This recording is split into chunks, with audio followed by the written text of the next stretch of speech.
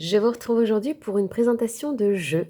Pour les personnes qui ont des enfants qui sont bientôt en vacances, ou d'ailleurs pour ceux qui le sont déjà, vous allez certainement être en recherche, en quête de jeux ou d'activités à proposer à vos enfants pendant, les temps libres, pendant les vacances, les trajets, voiture, avion, train, bus, peu importe.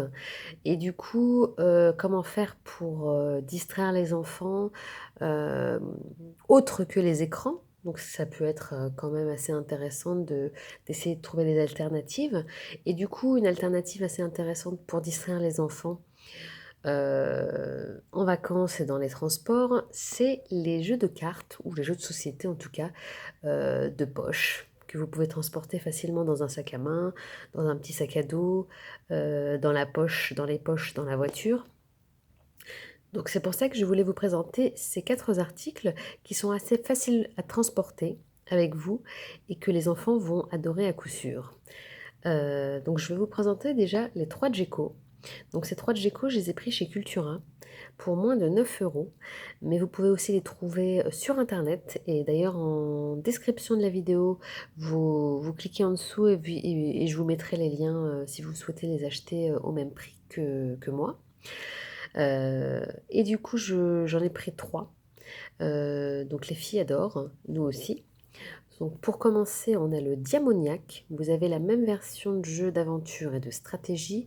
Donc là, on a Diamoniac avec les sorcières. Vous avez le même en pirate, la version pirate.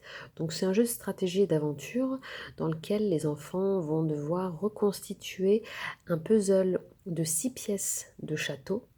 Il y a 4 châteaux différents de 4 couleurs et de formes différentes et voilà, stratégiquement, on va piocher, on va acheter des pièces de château pour reconstituer son château. On va être contré par des sorcières qui vont nous faire peindre des cartes, donc potentiellement des cartes de notre château. Donc c'est assez sympa, ici on aime beaucoup. Et les règles du jeu sont assez simples. On peut commencer même avant 5 ans, vous pouvez faire un binôme avec, un enfant plus jeune. Donc c'est assez intéressant et facile à transporter. Donc voilà, un petit coup d'œil sur les cartes, les châteaux, les sorcières. Il y a aussi des fées qui sont là pour contrer les sorcières. Voilà, donc assez sympa comme jeu d'aventure et de stratégie. On a un autre jeu de stratégie, donc c'est Piu Piu. Là, l'objectif, c'est d'avoir 3 poussins. D'abord, grâce à nos cartes, on va obtenir des œufs. Donc, on a des œufs qui sont là. Et grâce à la stratégie de jeu, qui est de piocher ou de voler des œufs, on a une carte qui nous permet de voler des œufs à nos adversaires. Quand on obtient 2 cartes comme celle-ci, on pose les 2 cartes de la poule, on fait code, code, codette, et on retourne notre œuf et on obtient un poussin. Donc, le but du jeu étant d'avoir 3 poussins. Donc, c'est un jeu assez rigolo et assez simple à mettre en place que les enfants vont adorer. Pour terminer avec Djeko, on a Sac à puce. Sac à puce, les règles du jeu sont un petit peu plus complexes. On a 10 tours à faire. Dans chaque tour, on doit reconstituer nos quatre chats identiques. Donc on a différents chats, on doit avoir 4 chats identiques. Mais le dernier a posé sa main sur le tas de cartes à la fin de la victoire de l'un des compétiteurs. En tout cas, dès que moi j'ai 4 chats identiques, je vais poser ma main sur le tas de cartes et le dernier qui pose sa main va récolter un parasite. Il peut aussi avoir des produits pour nettoyer les parasites. Le but du jeu étant de n'avoir plus au bout des 10 tours, de ne pas avoir de parasites. C'est celui qui a le plus de parasites en fait. Donc là, il y a des chiffres, on les additionne. C'est celui qui a le plus de parasites qui perd la partie. Donc ça a l'air un petit peu complexe comme ça, mais au bout d'une ou deux, trois tours, tout le monde commence à comprendre les règles du jeu. Voilà, donc c'est de la stratégie et de la rapidité, moi je dirais. Donc voilà pour les jeux de Geco. Vous avez beaucoup d'autres jeux qui sont disponibles. C'est vrai que c'est pas toujours parlant quand on voit le nom du jeu et marqué jeu de stratégie. Moi, j'étais un petit peu perdue, donc je te dis la vérité, je me suis juste fiée à ça. Je connaissais pas trop, j'aurais pu me renseigner un peu plus, mais bon, je me suis dit on va prendre au hasard, on va voir, et puis j'avais pas été déçue. Pour terminer, je vous présente celui-ci.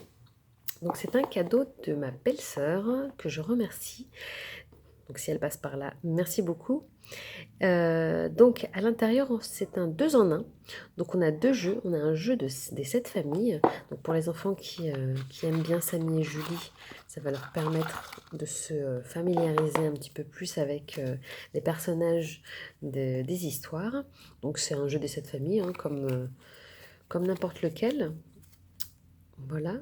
Donc ça, c'est des jeux incontournables, des jeux de bataille et jeux des 7 familles, c'est les deux jeux, on va dire, un peu internationaux, incontournables. Donc ce qui est bien, c'est qu'on a les deux dans la même boîte.